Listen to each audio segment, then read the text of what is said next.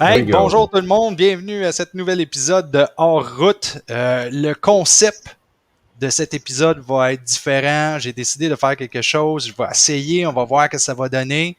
Avec moi, j'ai Stéphane, j'ai Steve et notre invité Serge Lafrenière qui vient de Gatineau et que j'ai appris il n'y a pas longtemps, Bruno aussi, de Terreur sur le pod.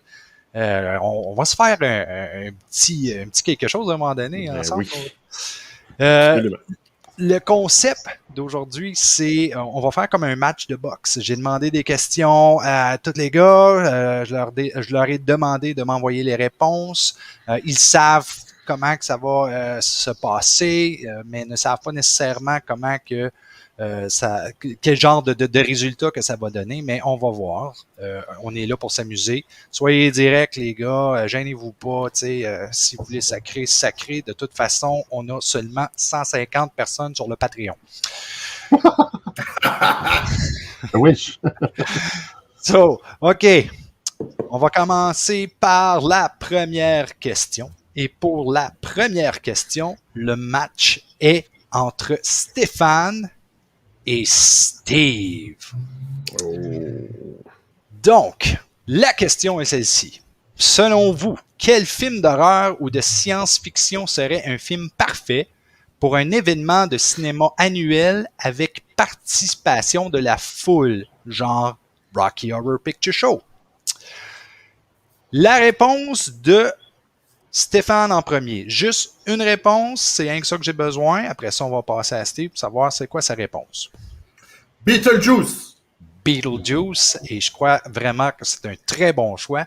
Maintenant, Steve, c'est quoi ta réponse à toi? Moi, j'y étais avec From Dusk Till Dawn. From Dusk Till Dawn. Excellent film que j'ai vu à Saint-Jérôme pour la première fois d'ailleurs, quand on y était. Je me rappelle pas c'était quoi le nom du cinéma, mais ça avait bien du plaisir. OK. Vous avez 2 minutes chacun pour dire pourquoi votre choix est le meilleur. Et on va commencer avec Stéphane. Stéphane, vas-y. C'est simple, déjà, Beetlejuice. Écoute, t'as de la musique, en veux-tu, en voilà. Mais moi, je vois ça vraiment, tu rentres dans un cinéma, en fait, l'entrée, c'est vraiment la gueule d'un verre. Tu sais, les verres que tu vois dans Beetlejuice, le verre que tu vois dans Beetlejuice qui attaque. Tu rentres là-dedans, la salle est énorme. Il y a sur le stage devant, il y a déjà une troupe habillée comme les acteurs. Et puis toi aussi, tu viens habillé comme les acteurs. Et puis, tu te mets tout de suite en rentrant à crier Beetlejuice, Beetlejuice, Beetlejuice. Le film part et là tout le monde balance les répliques à tort et à travers. Et puis la fameuse scène où tout le monde se met à chanter pendant qu'ils sont à table en dînant avec la main de crevettes. Et puis là, à ce moment-là, tout le monde dans la salle a des crevettes en plastique et ils se jettent tous des crevettes dessus. Ça part dans tous les sens, c'est absolument horrible, tout en hurlant Beetlejuice, Beetlejuice, Beetlejuice. À chaque fois, tout le monde vient avec les masques déformés et tout. Ça crie dans tous les sens, c'est une folie pure. Mais c'est surtout, t'imagines, à chaque fois qu'il y a une musique, tout le monde se lève, tout le monde chante en même temps, tout le monde vraiment excité à fond. La salle, ça devient incroyable. Vraiment, c'est le feu partout. Tout le monde qui hurle, qui chante et tout, des crevettes dans tous les sens. Alors ça, c'est le Ça va sentir le poisson en maudit dans ton théâtre. mais les crevettes en plastique, parce que sinon, ouais, effectivement, ça sera... Voilà. Tout le monde allergique ne pourra pas y aller. Ouais, c'est ça. Tu pourras pas y aller. Donc voilà, une soirée totalement folle, malade. Je veux la vivre. Sérieux, je veux la vivre. Parfait. Steve, tu as choisi From Dusk Till Dawn et tu dois nous dire pourquoi que ton idée est la meilleure. Tu as 2 minutes. Si tu n'arrives pas à 2 minutes, c'est correct. Je peux arrêter le temps. Es-tu prêt? Yes. Go. Mais en fait, autant que Stéphane, toi, on rentre dans une gueule de serpent, nous autres, on rentre au Tweety Twister. Fait qu'en partant, le bar est écœurant, tu sais. T'arrives là, il y a les gardes du corps, puis tout. Tu rentres là-dedans, là, t'as Cheech, tu sais, le personnage qui fait Cheech, qui est là, le barman. Il y a de la genre de musique country, un peu globe dark country qui est là. Puis là, t'as faudrait que tu y ailles avec des mariachis quand même, pas du country. Ok, ouais, du country mariachi. Ok, ouais, t'as raison là-dessus. T'as raison. Je vais te donner un point, Martin. Merci. T'es rendu Tu à gagnes 7. ça débat. Mais là, ouais, t'es rendu à 7. Moins 5, oublie pas. Merci bien. Et c'est ça. Fait que là, tu rentres là. Et bon, et là, au début, c'est fictif. Tu prends ta bière au bar, tu t'assis, nanana, puis là, le film, il commence, etc. Et là, dans la salle, t'as du monde assis un peu comme, tu sais, comme qui ressemble dans le style à la même coupe de cheveux que Tarantino, puis qui tout le long que que le monde regarde le film, il fait juste mater les filles, puis il regarde le monde un peu bizarre pour rendre un gros malaise dans le film. Et à partir du moment que la merde à pogne dans From Dusk Till Dawn, tu te rends compte qu'il y a du monde, des fans qui sont assis parmi toi, qui en fait deviennent des vampires, puis là, ils commencent à bouffer d'autres personnes en même temps que le film arrive. Fait que c'est le bordel total dans le bar. Tu regardes le film, le monde se court après, il y a du sang qui révolte, tu reçois du sang, etc. Ça lâche plus. Et à chaque fois que le mot vampire, la foule doit crier « On veut du sang! » Puis là, quand le monde crie « On veut du sang! » t'as genre une réplique de la scène qui arrive, tu sais, du monde qui arrive sans la scène, comme l'autre avec son gros là, pioche, le pieux, puis il tue quelqu'un sans la scène, le sang vole. Ça devient un show interactif. C'est malade. Et ne faut pas oublier, c'est vrai, quand tu arrives dans le bar, il y a plein de pseudo-Salma Hayek. Hey, je parle de Salma Hayek, faut pas nous couper du rap Salma Hayek. J'ai fait signe qu'il restait 5 secondes. Il m'a dit 5 minutes, j'ai le temps. Non, pas 5 minutes, j'ai dit 2 minutes, bordel. Mais garde cette idée-là, par exemple, parce que c'est pas terminé. Oh. Maintenant, toi et Stéphane, vous avez 2 minutes pour vous casser la gueule avec vos idées. Je vous donne à partir de maintenant. C'est pourri ton idée parce que justement on voit pas assez Salma Hayek. Alors moi je la veux partout, je veux des bars partout sur ta salle avec Salma Hayek qui danse, des clones de Salma Hayek partout. En plus tu veux nous foutre plein de sang sur la gueule et tout, mais c'est dégueulasse. Il faut à l'entrée qu'on donne quelque chose de propre, hein, pour pas trop en avoir, juste un peu sur la face, ça sera beau. Mais après, t'es nul. Tout le monde crie Betelgeuse. Mais on voit même pas Betelgeuse. Betelgeuse est même pas dans ton show. C'est le personnage, il est pas là.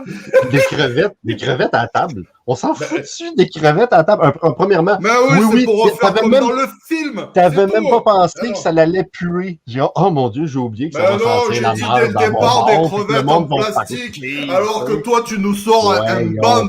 C'est même pas des mariachis, c'est Martin qui a été obligé de le souffler. Alors que dans le film, on sait très bien que c'est pas du tout de la country qui joue, qui est nul, tu sers à rien. C'est comme d'habitude, tu regardes pas tes films, là tu regardes qu'à la moitié.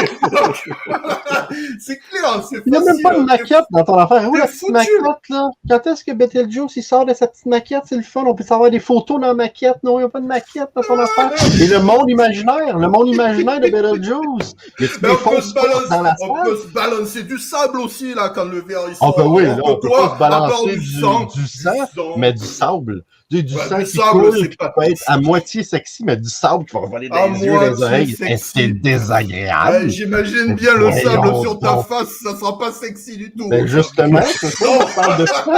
Tu parles de sang sur les gens. Voilà.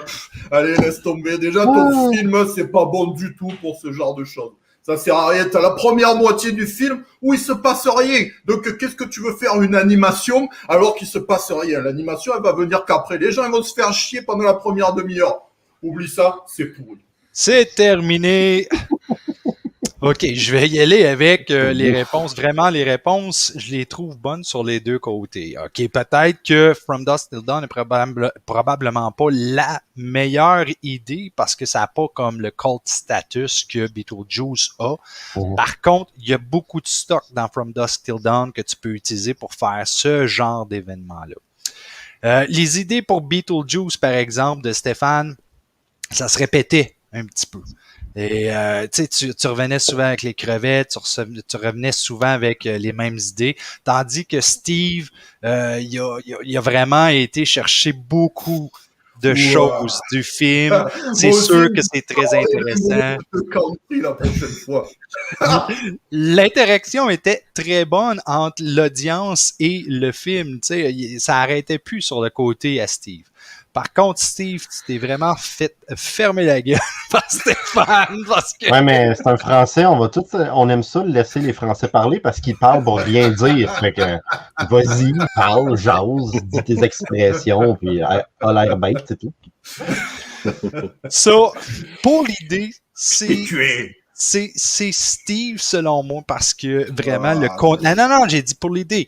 Pour le contenu, je serais plus intéressé à aller à quelque chose de From Dusk Till Dawn parce qu'il y a vraiment de choses, beaucoup de choses différentes que tu as amenées. Mais sur le côté, par exemple, combat, Stéphane il a été un petit peu plus puissant ce côté-là. Et puis, à cause de ça, je vais donner le point à Stéphane.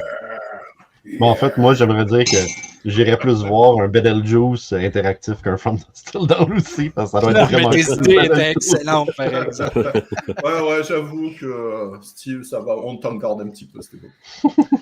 Alors, c'est 1 point pour Stéphane, 0 pour Steve. On va revenir à une autre question, c'est-à-dire, nommez-moi une franchise de film, peu importe le genre, dans lequel le personnage de Freddy pourrait jouer la vedette. Pour ce match-là, j'ai Serge contre Stéphane. Je vais commencer avec Serge. Tu peux me dire c'est quoi ta réponse? Alors moi, ça serait Freddy dans Harry Potter. Wow. J'ai fait y aller maintenant avec Stéphane. C'est quoi ta réponse? Moi, ce serait Freddy dans Le Parrain.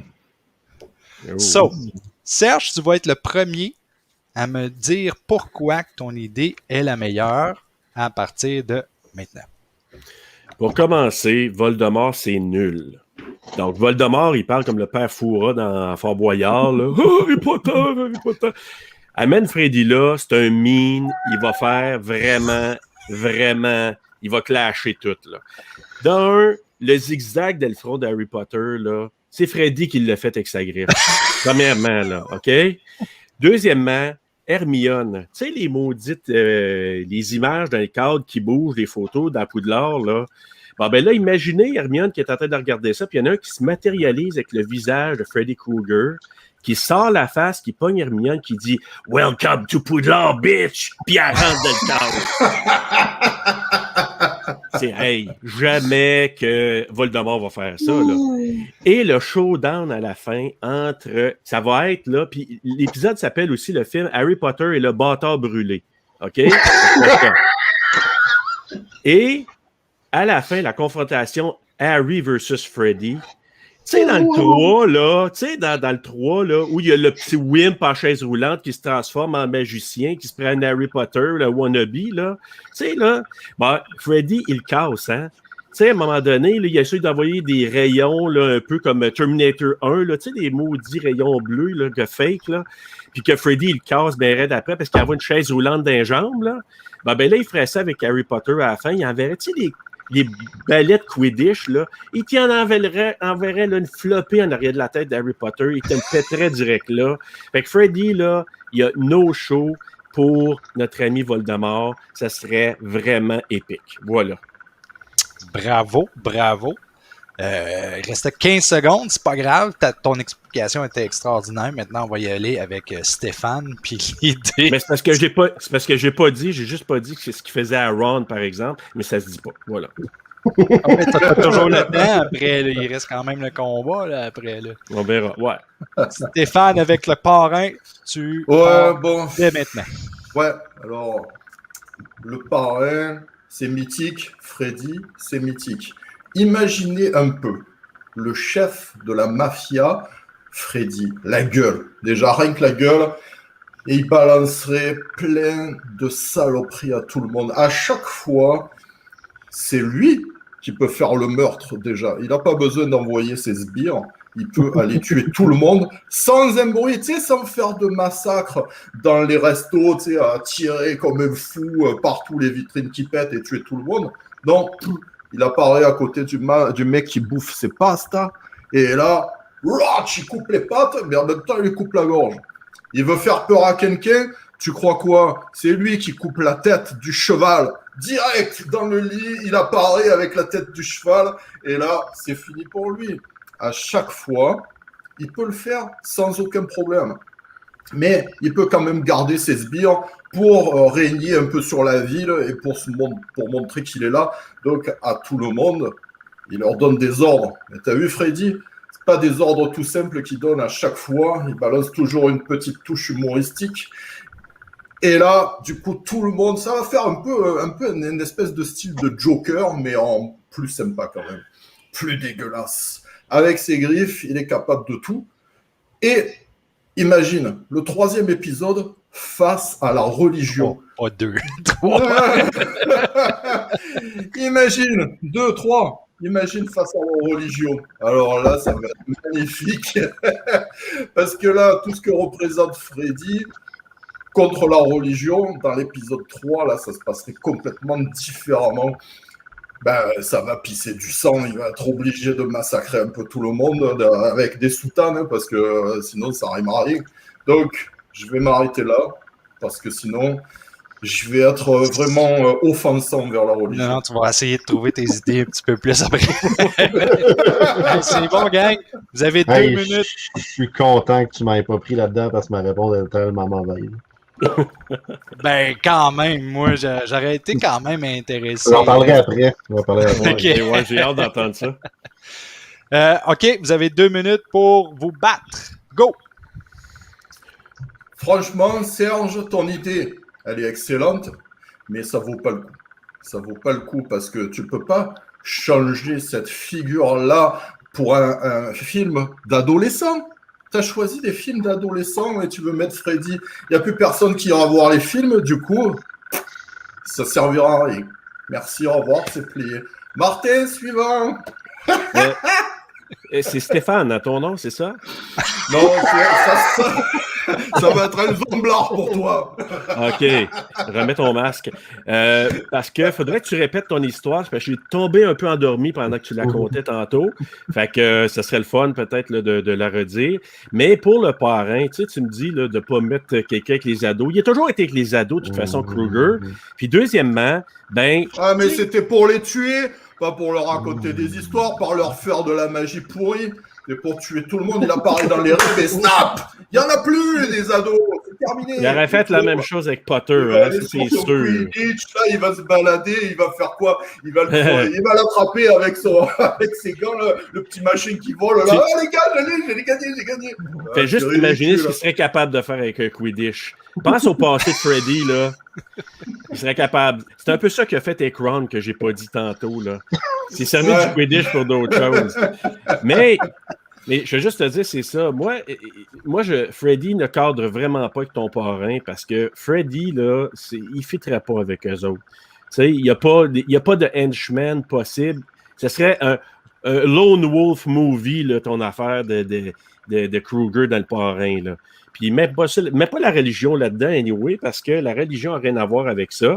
Puis, deuxièmement, moi, je te dirais, là, Harry Potter, ça serait épique. Tu aurais bien plus de monde qui va aller voir ça que ton film qui tient pas la route, là. Vraiment. Il est en route. C'est terminé. Puis en route, toi, c'est ça? Écoutez, je vais être assez rapide là-dessus parce que... C'est facile. Même Serge, moi, je ne croyais pas à ce que je racontais. Serge a vraiment la meilleure idée. Freddy dans Harry pour remplacer Voldemort, c'est épique. Ça donnerait une extraordinaire histoire et puis je serais premier à aller voir ce film-là. Bravo, Serge. Bon, désolé, Stéphane, je dis le parrain. Je te dis, j'y croyais même pas à ce que je racontais. Comme je dis, je suis content, Stéphane, qui ne m'avait pas choisi. Moi, j'avais pris Freddy dans les X-Men.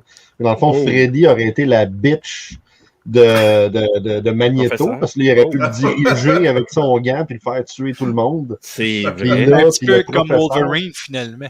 Oui. Un peu, exactement. Mais là, il pourrait avoir un combat entre les deux. Puis, d'un autre côté, ben là, vu que c'est pas vraiment un X-Men, le professeur Xavier, il aurait pas pu savoir il est où avec son cérébro, le kit. Fait que ça aurait été... Puis en plus, il se... il se disparaît, puis il apparaît bien plus là, que je me rappelle plus trop quel personnage, là, parce qu'il apparaît dans les rêves. Fait qu'imagine, là, Storm est en train de dormir, puis il fait faire le bordel. En tout cas, voilà. Ça aurait pu être quand même intéressant. Il aurait fallu que je me mette plus de recherche, mais le Harry Potter de Serge est excellent. Non, franchement, là, c'était vraiment solide. En tout cas, je veux juste dire que moi, là, excuse-moi, Martin, mais moi, j'aurais juste dit que, tu sais, pour l'événement, là, toi, tu le sais, les autres, ils ne savent pas, mais moi, c'est arrêté Midsommar. Je voulais juste dire ça. C'est vrai. Oui, parce que vous avez répondu à des questions, puis vous n'avez pas eu la chance de vous battre. J'ai pas le choix, il faut que je choisisse des écoute, moi j'ai la scène de Midsommar, c'est que tout le monde dans le bar sont comme après crier, ça aurait été alors moi j'aimerais bien le voir, c'est au théâtre, au cinéma, à l'intérieur avec des gros rochers, et puis tout le monde grimpe et tout le monde se jette. Ouais. C'est ça. Et ce qu'on va leur servir, là, ce que j'avais décidé de leur servir comme boisson, c'est un jus couleur de période, là, tu sais, le rouge. Mais c'est une bière teintée, là. C'est une bière teintée, là. On va passer à la troisième question avant que je dégueule partout. On va en parler aux bières philosophales. Ouais, c'est ça. La bière Skol. Oh my God. Troisième question, c'était remplacer le personnage iconique de Ash dans Evil Dead par un autre personnage provenant d'un autre film, peu importe le genre. Et ce match-là est représenté par Steve contre Serge. Je commence donc avec Steve pour savoir c'est quoi ta réponse. Moi, j'ai dit le personnage du Masque avec Jim Carrey. Vas-y, Serge. Oh, c'est bon. Moi, ça va être Bob Elvis Gratton. Je suis déjà mort. Je suis comme... Tu sais, je veux dire, Ben, on va voir. Ça peut être intéressant pareil. Steve, j'ai aucun argument. Tu as 2 minutes quand même pour dire pourquoi ton idée est la meilleure. OK. Bon, ben, premièrement, le personnage de Ash est celui de Stanley Ipkiss. Tu sais, il se ressemble un petit peu, là. C'est des petits nobody un peu niaiseux qui pognent pas bien avec les filles, puis qui ont un petit peu peur, puis whatever. Nanana. Tu sais, Ash, dans Evil Dead, c'est pas le gars le plus cool. C'est pas Ash the Army of Darkness. C'est pas Hail to the King Baby. Là, c'est le gars qui est là, puis that's all. Fait que c'est un peu la même chose avec Stanley Ipkiss. Puis, ben, tu sais, on peut aussi aller dans le truc du comic book, les BD là, des deux. Là. Puis, qu'est-ce qui est intéressant, c'est que, en fait, à chaque fois qu'il y a un Deadite, il y a un démon qui arrive ou qu'il y a un livre, ben, il peut se transformer, puis et voilà, en faisant ça, faire le bordel dans la forêt au complet. Puis j'ai absolument rien à dire. Mais imaginez une scène avec toutes les Deadites, de Evil Dead 1 puis Evil Dead 2, le Coco Bongo, là, il fait danser les Deadites, les branches qui se font aller, la Big Henrietta. Ça serait complètement incroyable des voir. Puis il fait tout descendre dans le cellar. Puis là, après, il sort de ses poches une grosse grenade. Il pitch ça. Il s'en va, puis ça l'explose. Ça aurait été quelque chose d'incroyable. Puis là, il ne faut pas oublier le chien là-dedans. Le chien, en fait, qu'est-ce qui arrive, c'est que aussi le masque est extrêmement fâché parce que quand il arrive dans la cabine, qu'est-ce qu'il voit sur le mur? Non, pas un chevreuil, une tête de chien. Puis là, il est comme, mon chien, qu'est-ce qu'il fait? Et là, ça le fâche. Puis j'ai dit n'importe quoi. Quand j'arrête le temps, il restait pas grand. C'était pas grand. Il faut plus que je me prépare pour des affaires de même. Non, mais écoute, je l'ai trouvé drôle. Ton imitation de ce masque était excellent, on point. Serge, tu as 2 minutes pour dire pourquoi que ton idée est la meilleure. OK, mais juste déjà, Elvis Gratton. Imaginez-vous Elvis qui rentre dans cette cabine-là avec Linda pis Méo. Faites-tu juste imaginer ça, là? Il rentre là avec eux autres. De toute façon, Méo, là, c'est un peu comme un Deadites, là. T'sais, on ne l'entend jamais parler, on ne sait pas ce qu'il dit. Fait que déjà, Méo, de toute façon, on ne le saura même pas, là. T'sais. Fait que là, t'as Elvis qui arrive là, puis imaginez-vous, dans le deuxième film d'Elvis Gratton, là, quand il est pogné avec son hostie de char, là, T'sais, la porte est ouverte. Je sais, c'est moi qui l'ai rouvert, tabarnak. Là. Fait qu'imaginez-vous, là, avec une main hantée. Tu sais, une main là, qui est possédée. Là.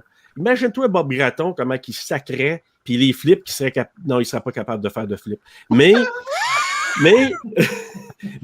les coups qu'il se donnerait, puis il est tellement maladroit, là, il est toujours accroché dans des affaires. Fait qu'imaginez-vous, c'est lui, là, ce serait pas un big hostie puis un gros garage, là. Ça serait un hostie de gros chainsaw, là. Puis là, Linda qui arriverait là, Linda était déjà un petit peu morte vivante déjà dans le premier Elvis Gratton, fait que c'est pas une grande différence, mais imaginez-vous Elvis qui est là, qui va dans le sous-sol, qui rencontre n'importe quoi. C'est plus les autres qui auraient peur de lui parce que sa coupe de cheveux et son allure, moi, je pense que ça serait un peu, ça serait pas évident, là. Donc, moi, je pense que Elvis Gratton, c'est pas le même typecast que notre ami Ash, mais je pense que ça serait quelque chose d'intéressant pour un univers parallèle. Faut moi, que j'intervienne un petit peu parce que dans Army of Darkness, on a Ash qui sort avec son auto puis une hélice alentour, puis là, je pense juste à l'hélicoptère. Bob Gratton. Ça me serait pas pire. Oh, Ça. Voilà, ce serait ça. Bravo. Vous avez 2 minutes pour vous battre. Maintenant.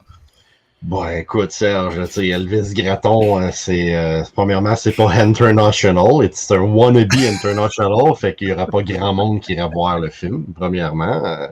Je veux dire, en plus, ça se passe, pas dans le bois, mais de Masque non plus. Malgré que de Masque est fait en bois, fait que le bois, c'est le bois possédé dans Evil Dead, faut que ça. Mais non, j'achète pas du tout.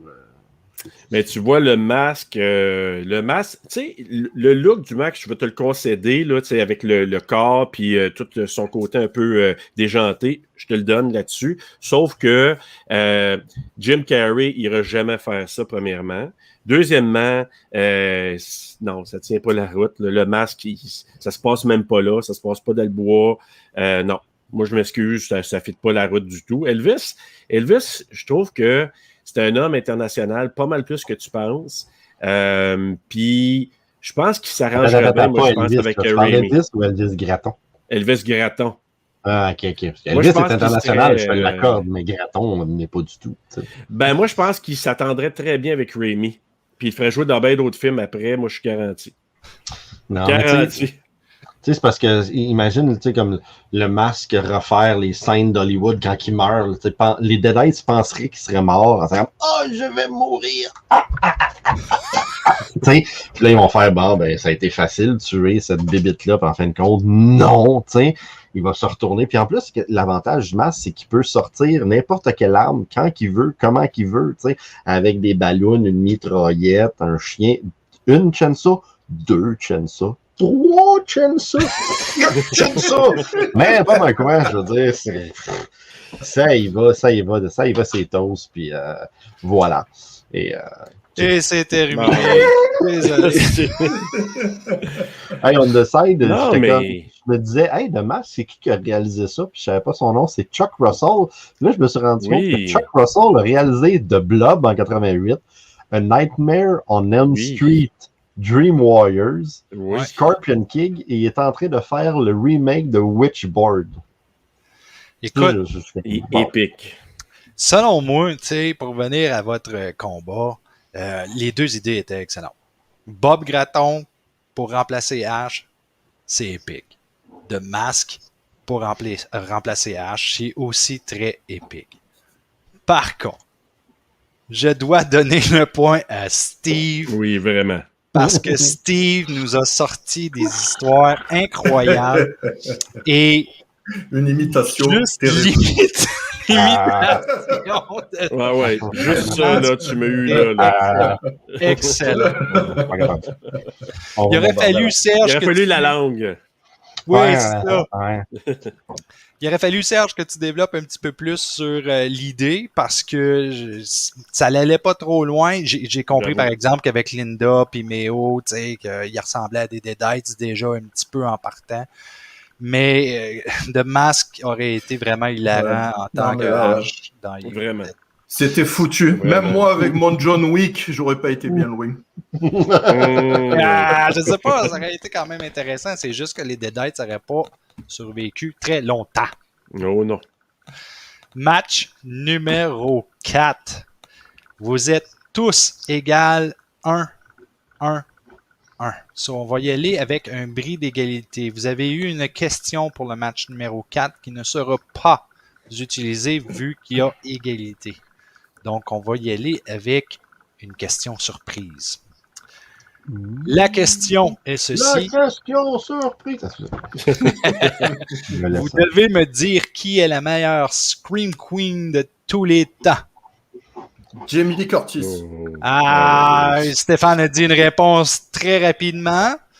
Je vais l'accepter et je vais laisser aux autres répondre. On va commencer avec Steve. Non, mais écoute, je suis d'accord avec Stéphane pour Jamie Lee Curtis parce que c'est la main screen. En fait, ce qui arrive, c'est que c'est la plus connue. J'ai rien que besoin d'une réponse pour le moment. Ah, tu veux juste une réponse? Ok, Oui. ben moi, je vais y aller super indie puis je vais dire Debbie Rochon. Debbie Rochard, c'est beau. Serge?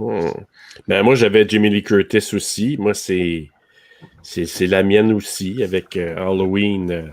C'est elle qui a parti la vague. Ceux qui venaient avant, il n'y avait aucun concept de Scream Queen, puis sont venus plus tard. Ils ont pris le titre plus tard. Tu vas devoir, par contre, choisir une autre réponse. Oh, OK. Hey, OK. Il faut choisir une autre réponse. Oh.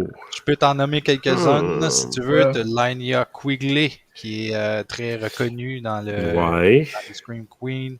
Tu as... voyons, comment elle s'appelle? Debbie, pas Debbie, voyons. Mais t'as Debbie Rochon, là, que Steve a pris. Oui, c'est pas Debbie Rochon. Daniel Harris, c'est ça que je voulais dire. Daniel Harris, ouais. Ouais, c'est bon. Ça, c'est bon. Est-ce que Linda Blair est considérée, non? Absolument. C'est Linda Blair. Linda Blair, OK. Donc, vu que Stéphane a été très rapide à répondre avec Jamie Lee Curtis, tu as 1 minute pour me dire pourquoi que ta réponse est la meilleure. Steph, vas-y. Halloween, déjà ça. Et puis dans tous les autres films, mais c'est juste Halloween. Et puis franchement, un corps et un physique parfait. Je sais pas si vous savez, mais à l'époque, j'en parlais avec Steve l'autre jour, elle sortait des VHS de fitness pour montrer aux gens ce qu'il fallait faire pour se tenir en forme. C'était magnifique, magique. Et puis, on s'entend qu'elle hurle assez souvent aussi. Elle a des bons qui sont extrêmes. Voilà. C'est tout, c'est Jamie Lee Curtis, The Jamie Lee Curtis. Tu vois, j'ai rien d'autre à dire, tout est là. Parfait, tu as 25 secondes qui restaient. On va donner quelques... Je les donne à mes concurrents parce qu'ils peuvent rien faire avec ça. Et on va y aller maintenant avec Steve, qui est son choix, Debbie Rochon. Go! Moi, je vais avec Debbie Rochon parce qu'il n'y a peut-être pas grand personne qui connaît Debbie Rochon, mais Debbie Rochon, c'est une actrice indépendante d'horreur fabuleuse qui a joué dans 262 films.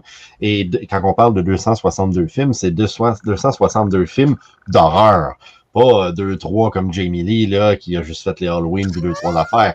Puis après, qui a quitté Debbie Rochon. Debbie Rochon, là, elle animait le Fangoria Radio Show avec Dee Snider. Y a-tu pas plus cool, Steph? T'adores la musique de Dee Snider. Debbie Rochon, elle fait partie du culte. Debbie Rochon, c'est tous les réalisateurs d'horreur indépendants début des années 2000 connaissaient Debbie Rochon, qui a commencé avec Trauma aussi dans Roméo et Juliette, puis ensuite qui n'a pas lâché. Debbie Rochon était partout. Debbie Rochon continue à produire des films maintenant.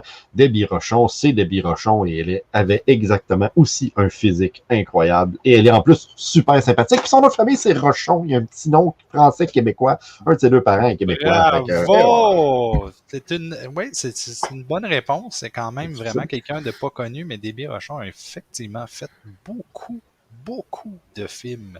Serge, c'est à ton tour. Tu y vas avec Linda Blair. Tu as 1 minute. Go.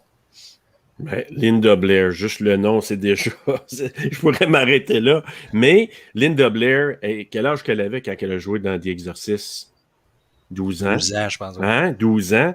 Écoute, d'avoir cette performance-là à 12 ans, t'es obligé de sacrer, de se rentrer le crucifix à quelque part, d'être en mesure de jouer de cette façon-là horrifique, puis aussi de se faire attacher sur un lit puis se faire voler comme ça, puis d'être en mesure de jouer un rôle comme ça à 12 ans. Jamie Lee Curtis avait quoi, 17-18 ans? Tu sais, je l'aime, là, Jamie Lee Curtis, je l'ai dit tantôt. Mais Linda Blair, c'est la prime. Puis Debbie Rochon, là, je pense qu'elle vient de Greasefield, fait que, tu sais, Debbie Rochon, là. Puis elle a joué dans 350 films qu'on connaît pas. Fait que, bon, moi, je pense que Linda Blair, c'est pas mal elle, je pense, je dirais, la top. Bravo, très bonne explication. Maintenant, je veux que vous fassiez attention. Vous êtes dans un triple match.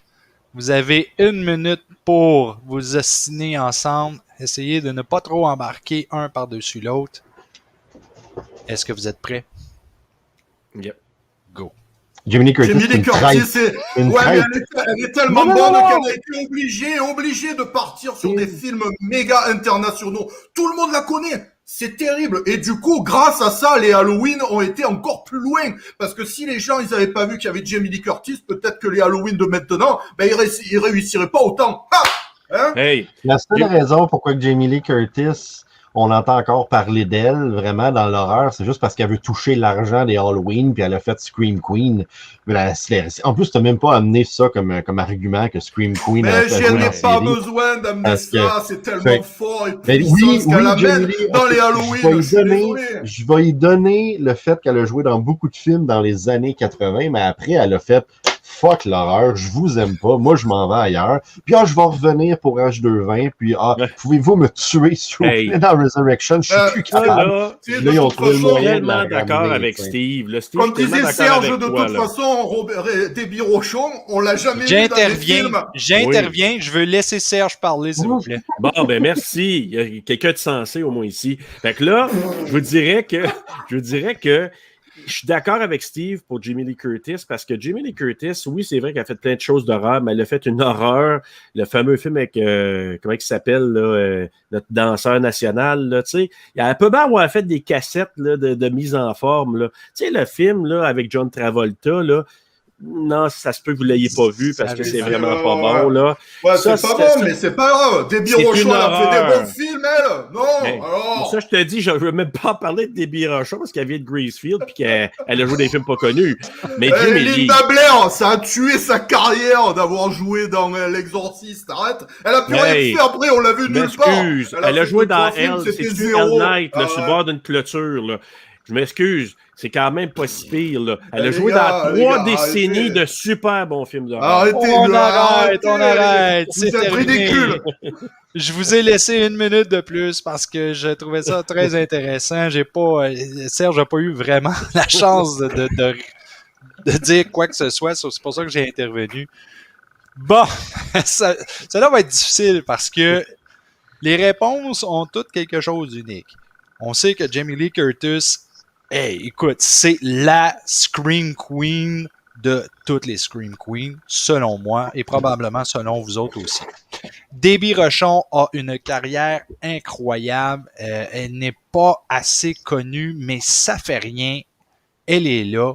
Et c'est effectivement une Scream Queen incroyable parce que le nombre de films d'horreur qu'elle a fait, c'est hallucinant. Linda Blair, tout le monde la connaît. Elle a fait aussi une liste de films d'horreur et même je dirais, d'exploitation incroyable. Et oui, elle a vraiment sa place dans le domaine de Scream Queen, mais c'est plus avec la bataille que je vais choisir. Stéphane, t'as pris 30 secondes pour expliquer comment que Jamie Lee Curtis était le meilleur choix. J'aurais aimé entendre plus de choses là-dessus parce que it's an obvious choice, comme qu'on dit en anglais, puis je peux comprendre ça. Debbie Rochon, c'était un choix très risqué, mais c'était bien justifié parce que c'est vrai que Debbie Rochon a une bonne position en tant que Scream Queen. Linda Blair, c'est Linda Blair, c'est vraiment une belle carrière qu'elle a eue. Je suis déchiré dans la décision parce que vous aviez tous de bonnes réponses, de bons arguments, une bonne bataille. Je vais y aller avec notre invité, Serge. Ah! Oh! merci. Serge, Oh, parce man. que Bravo, Linda Serge, Blair... mais Martin, t'es viré. Linda Blair est un bon choix pour moi parce que Linda Blair, je l'ai vue dans plusieurs films de série B qui étaient incroyables. Jamie Lee Curtis, c'est souvent des films qui sont devenus plus cultes et très populaires. parce que Jamie Lee Curtis a vraiment une belle carrière. Elle a réussi à jouer dans des films très intéressants, tandis que Linda Blair, c'était plus comme série B, mais j'aime bien ce qu'elle a fait. Puis pour ce qui est de Debbie Rochon, même si le choix était excellent, je n'ai pratiquement rien vu de Debbie Rochon. Ah non, mais ça, c'est sûr. C'est ça, parce qu'elle provient de Gracefield, comme Serge dit. mais en fait, c'est que j'ai pas été assez rapide. J'adore Demi Rochon incroyablement. C'est une personne très sympathique et extraordinaire qui a eu une bad luck dans sa carrière où quand elle est arrivée au top, qui l'a complètement tué, fait qu'elle n'a pas pu aller plus haut, quoi que ce soit. Elle me fait beaucoup penser à Eva Green. Quand Debbie Rochon était jeune. Mais sérieusement, Danielle Harris aurait été un choix défendable parce que, et même, je dirais, meilleur que Jamie Lee Curtis et Linda Blair. Et la seule raison, c'est que Danielle Harris, elle a commencé avec les Halloween 4-5. Et elle a toujours, même si elle a fait du mainstream, elle joue dans le dernier des Boy Scouts quand elle était petite, elle a toujours resté dans l'horreur. Elle fait encore les Hatchet, des films d'horreur. Elle lâche plus. Elle est revenue dans les Halloween, etc. Fait que Hatchet, c'est ça. Fait que tu sais, elle a resté dans ça, puis elle est vraiment connue là-dedans. Fait que Fait que ça a été un très bon choix défendable. Mais Debbie Rochon, par exemple, ce que tu dis, tu as tout à fait raison, parce que moi, je l'ai découvert, honnêtement. Il y a un documentaire, tu sais, le coffret de Friday the 13th qui est sorti récemment, là, avant les fêtes. Bon, ben, il y a un documentaire là-dedans sur les Scream Queens. Ah ouais? Puis, oui, il est super bon. Et puis ça dure, je pense que ça dure entre 1h30, 2 heures. Là. Et Debbie Rochon, c'est celle qui est l'hôtesse de ça, la host. Et c'est là que je l'ai connue, puis elle est jolie et encore... Elle a l'air vraiment super, mais vraiment bonne dans la manière aussi qu'elle anime l'épisode. Et tu vois un paquet de Scream Queen que je ne connaissais pas tant que ça. Il y en a un peu plus obscurs, mais c'est super intéressant comme documentaire. Ah ben, justement, il faut que j'ouvre mon coffret. J'ai des films de Friday the 13th à regarder. Mais ça, on va garder ça pour un autre moment. Parce qu'il y a peut-être quelque chose de voir avec ça. Hey, tout le monde! Merci beaucoup. Vous avez très bien participé. Vous avez eu de super bonnes réponses. J'ai vraiment aimé ça, faire ça avec vous autres. Je crois que je vais continuer à faire ce concept-là. Je vais peut-être le modifier un peu avec certaines choses, mais je pense que j'aime vraiment beaucoup ça. Merci à tout le monde du Patreon, nos 150 membres, d'avoir participé à ce hors-route. Et j'espère que vous allez être là pour le prochain épisode parce que ça va être le fun en calice. Bye!